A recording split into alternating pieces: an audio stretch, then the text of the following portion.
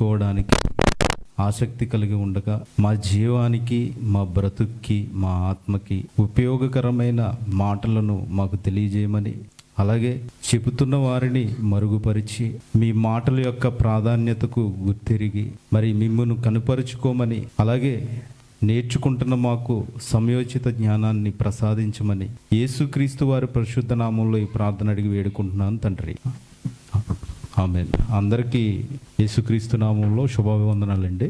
ప్రియమైన దేవుని పిల్లలారా, మరి ఈరోజు సమాజాన్ని, క్రైస్తవ సమాజాన్ని మనం ఆలోచించగలిగితే దేవుని యొక్క ఉద్దేశాన్ని కలిగి లేదా దేవుని యొక్క ఆంతర్యాన్ని కలిగి మనిషి ముందుకు వెళ్ళటం లేదని చెప్పుకోవచ్చు.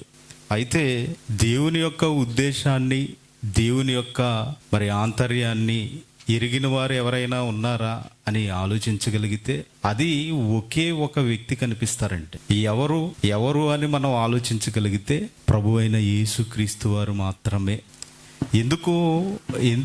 ఎందుకంత ఇదిగా ఆయన మాత్రమే అని ఎందుకు చెప్పాలి? ఆయన మాత్రమే, ఆయన మనసెరిగిన వాడు అని ఎందుకు చెప్పాలి? ఆలోచించండి ప్రియులారా. ఎందుకు ఇలా అంటున్నానంటే అదేంటండి, మనుషులకి ఎలా ఆలోచన ఉంటుందంటే, అదేంటండి మనం పని చేయట్లేదా, వారం అంతా పని చేసుకుని ఆదివారం చర్చికి వెళ్ళట్లేదా, నేను దేవుని పని చేయట్లేదా, నేను ప్రతిరోజు బైబిల్ చదువుకోవటం లేదా, ప్రతిరోజు నేను ప్రార్థన చేసుకోవటం లేదా, ఇలాంటి ఆలోచనలు వస్తూ ఉంటాయి. అయితే ప్రియమైన దేవుని పిల్లలారా, భక్తులు కానీ ఇదిగో ఆది కాండము నుంచి మీరు ప్రకటన గ్రంథం వరకు అపోస్తులు వీళ్ళందరినీ చూసుకున్న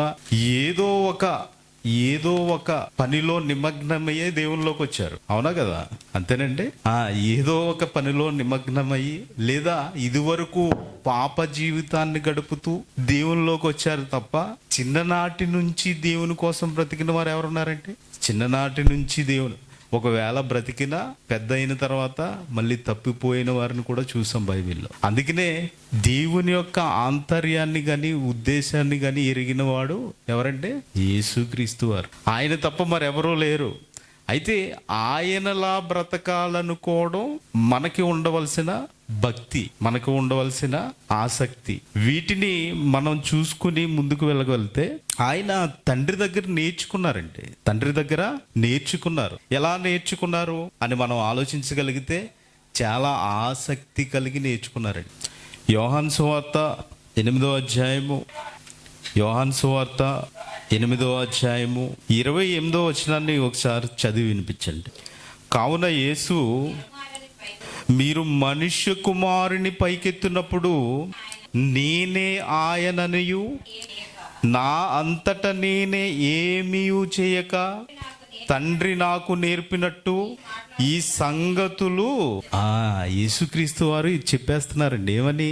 నేను నా అంతటా అయితే నేను నేర్చుకున్నట్టుగా చెప్తున్నాను తప్పించి నేను మాత్రం సొంతంగా ఏమీ చెప్పట్లేదు. ఈరోజు మన వాళ్ళని చూసుకుంటే సొంత మాటలే ఉంటాయి ఎక్కువ.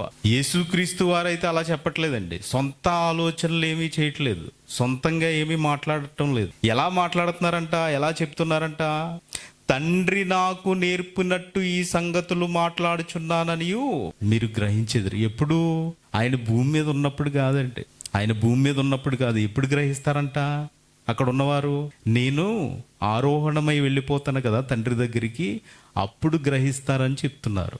అయితే ఈ రోజుకి గ్రహించిన వారు ఉన్నారా? భూమి మీద ఉన్నారండి. ఈ రోజుకి గ్రహించిన వారు ఉన్నారు. నేను వెళ్ళిపోయిన తర్వాత గ్రహిస్తారనుకుంటే ఇప్పటికీ గ్రహించకుండా ఉన్నారు. పరిశుద్ధాత్మ ప్రేరణతో బైబిల్ గ్రంథం పూర్తయినా గాని ఆ మాటల యొక్క ఆంతర్యాన్ని తెలుసుకోలేకపోతున్నారండి. 38వ వచనం చదవండి. 38వ వచనం, నేను నా తండ్రి యొద్ద చూచిన సంగతులే బోధించుచున్నాను, ఆ ప్రకారమే మీరు మీ తండ్రి యొద్ద వినిన వాటినే జరిగించుచున్నారని వారితో చెప్పాను. ఎవరితో చెప్తున్నారంటే అక్కడ ఉన్న జనంతో.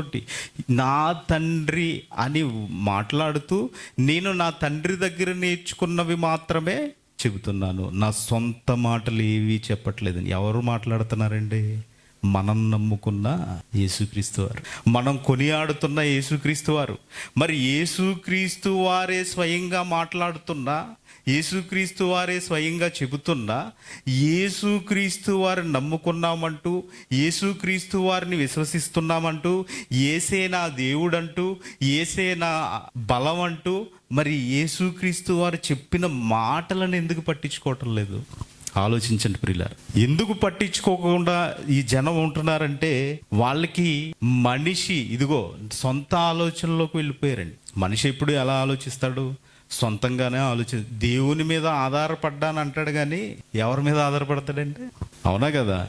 దేవుడా నాకు అది ఇది అని అడుగుతారు, కానీ చివరికి వచ్చేసరికి ఎవరి మీద ఆధారపడతారు? మనిషి మీద ఆధారపడతాడండి. దేవుడు సమాధానం ఇచ్చే వరకు ఎదురు చూడడు మనిషి. దేవుడు సమాధానం ఇచ్చే వరకు ఎదురు చూడడు. కాబట్టి ఏది ఏమైనా మనం ఎవరి మీద ఆధారపడవలసిన పని ఉంది? దేవుని మీద ఆధారపడవలసిన పని ఉంది. మరి తండ్రి చెప్పిన మాటలే యేసుక్రీస్తు వారు చెప్పినప్పుడు, యేసుక్రీస్తు వారు చెప్పిన మాటలు అంగీకరించవలసిన అవసరత ఉందా లేదంటే? ఉంది కదా. మరి అంగీకరిస్తున్నావా? ఆ బైబిల్లో ఎన్నో ఉంటాయండి. బైబిల్లో ఏవేవో చెప్తారు. బైబిల్ వాళ్ళు చదువుకున్నారు కాబట్టి చెప్పగలుగుతున్నారు, మనం చదవలేదంతే. అన్నీ పాటించగలదుమా? అన్నీ చేయగలదుమా? ఏమండి, అబద్ధం ఆడకూడదు అనే ఆజ్ఞ ఉంది కదా. అబద్ధం ఆడకుండా నేను ఈ నెలలో ఉన్నానన్న వాళ్ళు చేయొద్దండి. దొరికేశారు కదా. ఎవరికే? బైబిల్కి. నేను ఈ నెలలో చిన్న తప్పు కూడా, అంటే సహోదరుని మీద కానివ్వండి, వేరే ఇతరతర ఆ వ్యక్తుల మీద కానివ్వండి, మీరు వెళ్ళే జాబ్లో కానివ్వండి, మీ ఫ్యామిలీలో కానివ్వండి, నేను ఎవరి మీద కోపపడలేదు అన్న వాళ్ళు చేయొద్దండి. ఉన్నారా? అంటే బైబిల్ పాటిస్తున్నాము, మేము వెళ్తున్నాము అని చెప్పుకుంటూనే బైబిల్ని ఏం చేస్తున్నారు? మీరుతున్నారు. యేసు చెప్పిన మాటల ప్రకారం బ్రతకడానికి ఇష్టపడటం లేదు మనిషి. యేసుక్రీస్తు వారు ఏదైతే చెబుతున్నారో దాన్ని ఇదిగో నా జీవితంలో నేను అన్వయించుకోవాలి, నా జీవితంలో నేను చూపించుకోవాలి, నా జీవితంలో నేను ఈ వాక్యాన్ని నెరవేర్చాలి అని ఎవరు ఉండట్లేదండి. ఎవరు ఉండట్లేదు. ఎందుకంటే ఏదో ఒక విషయంలో తప్పిపోతున్నాడు. బయట వారి గురించి మాట్లాడట్లేదండి, సంఘం గురించి మాట్లాడుతున్నాను. బయట వారికి తెలియదు బైబిల్. మీ చేతిలో 10, 20, 30, 40, 50 సంవత్సరాల నుంచి బైబిలే ఉంటుంది కదా చేతిలో. మీ చేతిలో ఎప్పటి నుంచో ఉంటున్న బైబిల్ని, ఇదిగో ఈ బైబిల్ గ్రంథంలో ఏముంది, ఇందులో ఉన్న మాటలు ఎవరి కోసం, దేనికోసం అని ఎప్పుడైనా ఆలోచించగలిగామా? ఆలోచిస్తున్నావా? ఆలోచించట్లేదు. ఎందుకు ఇలా ఈరోజు ఇంత ఖచ్చితంగా చెప్పవలసి వస్తుందంటే, ఈరోజు ఉన్న పరిస్థితి అదేంటి. ఈరోజు ఉన్న పరిస్థితులు అవి సంఘాల్లో. మరి సంఘానికి వస్తూ మనం బైబిల్ నేర్చుకుంటూ ఇంకా అటువంటి పరిస్థితిలోనే ఉన్నామా లేదా అనేది కూడా ఆలోచించుకోవాలి. ఎందుకు ఆలోచించుకోవాలి? అవసరం ఏముంది? బైబిల్ ఉంది కదా, చదువుతున్నాం కదా, చెబుతున్నారు కదా, వింటున్నాం కదా, ఇదేంటిది? ప్రతిరోజు బైబిల్ చదువుకుంటున్నాం కదా, అంత అవసరత ఏముంది అని అనుకోవచ్చు. యేసుక్రీస్తు వారు కూడా ఏదో ఇంకా మీకు టైం ఉంది, మీ ఇష్టం వచ్చినట్టు బ్రతకండి అని ఏం చెప్పలేదండి. ఆయన వచ్చినప్పుడు కూడా ఎప్పుడు వచ్చాడంట ఈ భూమి మీదకి? ఎప్పుడు వచ్చాడండి? హెబ్రీ పత్రిక 1వ అధ్యాయము 1వ వచనం చదవండి. పూర్వకాలమందు నానా సమయములలోనూ నానా విధములుగాను ప్రవక్తల ద్వారా మన పితరులతో మాట్లాడిన దేవుడు ఈ దినముల అంతమందు కుమారుని ద్వారా, ఎవరి కుమారుని ద్వారా అండి? ఆ దేవుని కుమారుని ద్వారా. దేవుని కుమారుడు ఎవరు? యేసుక్రీస్తు వారి ద్వారా. ఈ దినముల అంతమందు అంటే అంచుకాలం. అంటే ఇది అంచుకాలం, కానీ మన జీవితం ఎంత అంటే ఇది అంచుకాలం. ఎప్పుడు నాశనం అవుతుందో మనకు తెలియదు. పోనే మన జీవితకాలం ఎంత?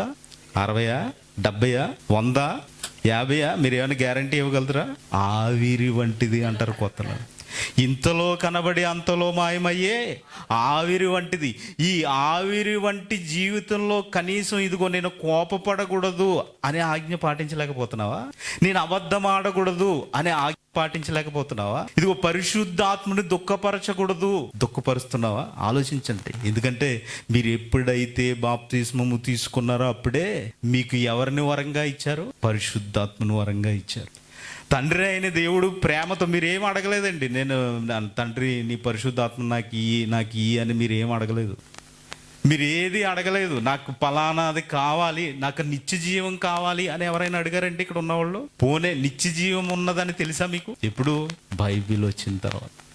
అంటే నాకు నిత్య జీవము కావాలి అని మనం అడగకపోయినా, ఇదిగో పరిశుద్ధాత్ముడు కావాలి అని మనం అడగకపోయినా ఆయనే ఇచ్చాడా లేదా?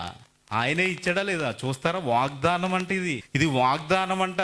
ఈరోజు ఈ వాగ్దానం, ఇది వాగ్దానం అని తెలియకుండా కూడా జనాలు ఉన్నారు. ఎవరికో కాదు, మళ్ళీ ఎవరికో, అందరికీ క్రైస్తవులకు ఒక్కరికే అనుకుంటున్నారా? చూడండి ఒకసారి అపోస్తుల కార్యం 2వ అధ్యాయం, 38వ వచనం. పేతురు, మీరు మారు మనస్సు పొంది పాప క్షమాపణ నిమిత్తము ప్రతివాడు యేసుక్రీస్తు నామమున బాప్తిస్మము పొందుడి, అప్పుడు మీరు పరిశుద్ధాత్మను వరము పొందుదురు. ఈ వాగ్దానము చాలా జాగ్రత్తగా చదవండి. ఈ వాగ్దానము అంటున్నారా? ఈ వాగ్దానము అంటున్నారా? ఈ వాగ్దానము అంట మీకును మీ పిల్లలకును దూరస్తులందరికీ, దూరస్తులంటే మనకు సంబంధం లేదు వాళ్ళు, మీకును మీ పిల్లలకును దూరస్తులందరికీ అనగా ప్రభువైన మన దేవుని యొద్దకు పిలిచిన వారందరికీ చెందునని వారితో చెప్పిన. అక్కడ చూడండి, బోల్డ్ లెటర్లో ఉన్నాయి ప్రభువైన అని. దేవుడు బోల్ట్ లెటర్ ఉంది కదా, బోల్ట్ లెటర్లో ఉంటే తండ్రి అయిన దేవుడు అని చిన్నగా రాసి ఉంటుంది కదండి. ప్రభు అయిన అంటే అప్పుడు యేసుక్రీస్తు వారి గురించి మాట్లాడుతున్నారని. ఇది మనకు అర్థం కావాలి. అంటే దేవుడే తన యొద్దకు పిలిచిన, అందుకని యేసుక్రీస్తు వారు ఏమంటారంటే, తండ్రి ఎవరిని ఆకర్షిస్తారో వారు నా దగ్గరికి వస్తారు. అవునా? అన్నారా లేదా? అంటే ఇది వాగ్దానం. ఇది మీకు ఒక్కరికే కాదు, మీకు మీ పిల్లలకి దూరస్తులందరికీ అంటున్నారు. చూడండి, దూరస్తులందరికీ అన్నారంటే అనలేదా? అంటే ఇది ఏమిటండి? ఇది ఏమిటిది? చూడండమ్మా, చదవండి అది మళ్ళీ వచ్చిన కిందని. ఈ వాగ్దానము మీకును మీ పిల్లలకును దూరస్తులందరికీ అనగా ప్రభువైన దేవుడు తన యొద్దకు పిలిచిన వారందరికీ చెందునని వారితో చెప్పాను. ఇది ఏంటండి? ఇది పరిశుద్ధాత్మ వరం ఇస్తానన్నది ఏంటంట? వాగ్దానం. మీరు పొందుకున్నారా? మీకు తెలుసా పరిశుద్ధాత్ముడు ఉన్నాడన్న సంగతి? పరిశుద్ధాత్ముడు గురించి ఆలోచించారా? అంటే ఎక్కడ వరకు ఉండిపోయారు? నేను బాప్తిస్మం తీసుకుంటే చాలు, నేను నిత్య జీవం వెళ్ళిపోతాను. ఇదిగో, నేను బాప్తిస్మము తీసుకున్నప్పుడు దేవుడే పరిశుద్ధాత్మ వరం ఇస్తాడంట. అది వాగ్దానం అంట. ఇది వాగ్దానం అని గ్రహించని వారు ఎంతో మంది ఉన్నారండి భూమి మీద. ఎందుకంటే శరీర ఆశల కోసం వాగ్దానాలు కోరుకుంటున్నారు, కానీ ఈ భూమి మీద బ్రతకడానికి వాగ్దానాలు కోరుకుంటున్నారు. కానీ ఇదిగో, నేను నిత్య జీవం వెళ్ళడానికి వాగ్దానం ఇచ్చాడు కదా దేవుడు. ఆ వాగ్దానాన్ని నేను పొందుకోవాలనుకుంటున్నారండి? అనుకుంటున్నారా? ఒకవేళ ఇది వాగ్దానం అని తెలిస్తే నాకు వాగ్దానం ఇవ్వని అడుగుతారండి? అడగరు. యోహాను పత్రిక 2వ అధ్యాయం 25వ వచనం చదవండి. యోహాను పత్రిక, నిత్య జీవము అనుగ్రహించుననున్నదియే ఆయన తానే మనకు చేసిన వాగ్దానము. నిత్య జీవము అనుగ్రహించుననున్నదియే ఆయనే చేశాడండి, తండ్రి చేశాడండి. మీరు అడగలేదండి? అడిగారా మీరు? తండ్రి మీరు ఏమండి, ఈరోజు పొద్దుటే లేచి ఎంతమంది ప్రార్థన చేసుకున్నారు చెప్పండి? చేసుకున్నారు కదా. తండ్రి మీ నిత్య జీవానికి అర్హులుగా ఉంచండి అని ఎవరైనా అడిగారా? చేయొత్తండి. ప్రార్థన చేసిన వాళ్ళు చేయొత్తండి. ఎత్తారు కదా? ఎత్తలేదా? అడిగారా? ఎందుకు? మీకు వాగ్దానం గుర్తులేదు, వాగ్దానాన్ని మర్చిపోయారు మీరు. ఇదిగో, ఇది వాగ్దానం అని కూడా తెలియదు. ఎక్కడ చూసుకుంటారు మీరు? అబ్రహాం గారు ఇచ్చిన వాగ్దానం, ఇస్సాక్ గారికి ఇచ్చిన వాగ్దానం, ఆదాము గారికి ఇచ్చిన వాగ్దానం, దావీదు గారికి ఇచ్చిన వాగ్దానం, వాళ్ళు అన్నీ అయిపోయినాయండి. వారి కాలం అయిపోయింది. ఆ కాలంలో ఉన్నారా మీరు? యేసుక్రీస్తు వారి కాలంలో ఉన్నారా? క్రొత్త నిబంధన కాలంలో ఉన్నారు. అంటే నిబంధనను మర్చిపోతున్నారు కదా. ఏమండి, నా పాపాన్ని క్షమించని అడుగుతున్నారా? ప్రార్థనలో అడుగుతున్నారా? అంటే ఏ విధంగా జనం మారిపోయారో చూడండి. క్రైస్తవులమండి మనం. యేసుక్రీస్తు వారు ప్రార్థన జ్ఞాపకం తెచ్చుకోండి. యేసుక్రీస్తు వారు ఎలా బ్రతికారో జ్ఞాపకం తెచ్చుకోండి. యేసుక్రీస్తు వారు ఏ మాదిరి చూపించి బ్రతికారో జ్ఞాపకం తెచ్చుకోండి. ఎందుకంటే ఆయన వెళ్ళాడు అండి నిత్య జీవానికి. వెళ్ళారండి? వెళ్ళిపోయారు కదా, ఆరోహణమై వెళ్ళిపోయాడు కదా. ఆయన వెళ్ళిన తర్వాత మనం గ్రహిస్తామేమో అనుకుంటే మనం గ్రహించట్లేదంట, ఇంకా గ్రహించకుండానే ఉన్నామంట. ఎందుకంటే ఏం కావాలంట, ఏమి కావాలంట మనకి? నిత్య జీవం అనుగ్రహించునన్నది ఆయన తానే మనకు చేసిన వాగ్దానం. తండ్రే ఇచ్చాడు కదండి ఫ్రీగా, మీకు ఫ్రీగా ఇచ్చేస్తాను నిత్య జీవం, రండి. ఏమంటే ఫ్రీగా ఇస్తాను. ఇప్పుడు 1 లీటర్ పెట్రోల్ ఫ్రీగా ఇస్తాను అన్నారు అనుకోండి, ఎంత క్యూ ఉంటుంది పెట్రోల్ బంక్ దగ్గర?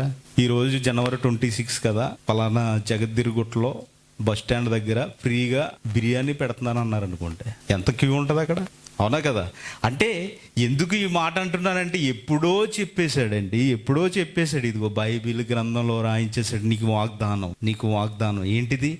నిత్య జీవం ఇస్తాను ఆయన, నీకు ఫ్రీగా ఇస్తాను ఆయన. నా కోసం బ్రతుకు, నా కోసం బ్రతుకు, నా మాట వినండి. ఇదిగో మీకోసం యేసుక్రీస్తు వారిని పంపాను కదా, మీకోసం యేసుక్రీస్తు వారిని ఈ భూమి మీదకి పంపించాను కదా, ఆయన రక్తం కార్చాడు కదా, ఆయన రక్తంలో కడగబడ్డారు కదా. ఈ కడగబడిన తర్వాత ఇదిగో మీరు చేయవలసిన కొన్ని పనులు ఉన్నాయి, ఆ పనులు చేసుకోండి ఆయన. మీరు నా దగ్గరికి వచ్చేస్తారు. అబద్ధం ఆడకండి, పాపం చేయకండి, ఇవన్నీ వదిలేయాలండి. క్రైస్తవ్యంలోకి ఎప్పుడైతే మీరు క్రీస్తుని స్వీకరించారో ఇవన్నీ వదిలేసి బ్రతకాలి. ఎప్పుడైతే మనం ఇదిగో సంఘానికి వెళ్ళిపోతున్నాం అంటే సరిపోదంటే, సంఘానికి వెళ్ళి నేను అన్ని కార్యక్రమాల్లో పాల్గొంటున్నానంటే సరిపోదు. ఎందుకంటే బయట జీవితం వేరైపోతుంది ఈరోజు క్రైస్తవుడిది. వాళ్ళు వెళ్తారు కానీ ఎవరో అన్యుడు. ఎందుకంటున్నాడు? మన జీవితం కరెక్ట్గా మీరనే కాదు, నేనైనా మీరైనా ఎవరైనా ఎలా ఉండాలి? ఇదిగో క్రీస్తు మాదిరి పెట్టి వెళ్ళిపోయారు కదా. ఇంకా పౌలు గారు నేను క్రీస్తుని పోలి నడుచుకున్నట్టు మీరు నన్ను పోలి నడుచుకోండి అన్నాడు కదా. మరి ఇది ఏది మన జీవితాల్లో కనిపించటం లేదే, మన జీవితాల్లో ఇవన్నీ అన్వయించుకోవటం లేదే. ఏదో రాశారు, చదివేసుకున్నాం, అయిపోయింది, నేర్చుకున్నాం అనుకుంటే ఎలాగంటే కాదు కదా. మన జీవితానికి అన్వయించుకోవాలి, మన జీవితాల్లో చూపించాలి. ఇదిగో మీ గురించి ఈమె చాలా భక్తిపరురాలని మనుషులు అనకూడదండి. మనుషులు ఎదురుకుండా కాదు మన భక్తి. ఎవరనాలి? ఇదిగో యోబు గురించి అన్నాడు కదా దేవుడు, అవునా కదా? లోతు గురించి అన్నాడు కదా. వీళ్ళందరు భక్తుల గురించి దేవుడు దావీదు గారి గురించి అన్నాడు కదా. అలా బ్రతకాలండి, అలాగ దేవుడు మనకి ఏమివ్వాలంటే సాక్ష్యం ఇవ్వాలి. దేవుడు సాక్ష్యం ఇచ్చేలాగా మీరందరూ బ్రతకాలని, అలాగే నాకు కూడా ఇంకా జ్ఞానంతో నేను కూడా అలా బ్రతకాలని నన్ను నేను హెచ్చరించుకుంటూ ఈ మాటలు ముగిస్తున్నానండి. ప్రార్థన చేసుకుందాం. పరలోకమందున్న మా తండ్రి, మరి మీ మాటలు కొద్దిగా మేము మాట్లాడుకున్నాం తండ్రి.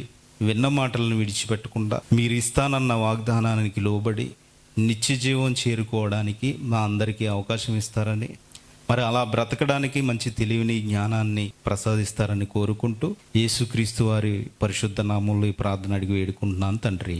ఆమేన్.